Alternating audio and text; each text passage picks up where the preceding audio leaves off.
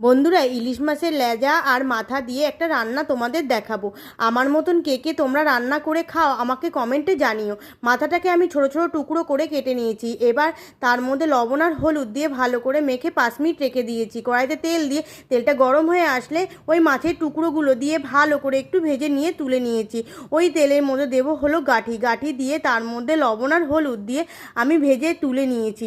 এবার ওই তেলের মধ্যে দেবো জিরে ফোড়ন। জিরেটা যখন হয়ে আসবে তার মধ্যে শুকনো লঙ্কা, তেজপাতা আর কাঁচা লঙ্কা ফোড়ন দিয়ে ভালো করে একটু ভেজে নিয়ে তার মধ্যে আলু দেবো। আলুর মধ্যে লবণ দিয়ে ভালো করে ভেজে নিয়ে একটা মশলা দেবো। মশলার মধ্যে দেবো একটু হলুদ আর সামান্য একটু জিরের গুঁড়ো দিয়ে আমি কিছুক্ষণ ধরে কষাবো। কষানো হয়ে গেলে এর মধ্যে গাঁঠি দিয়ে আবার কিছুক্ষণ ধরে আমি কষাবো।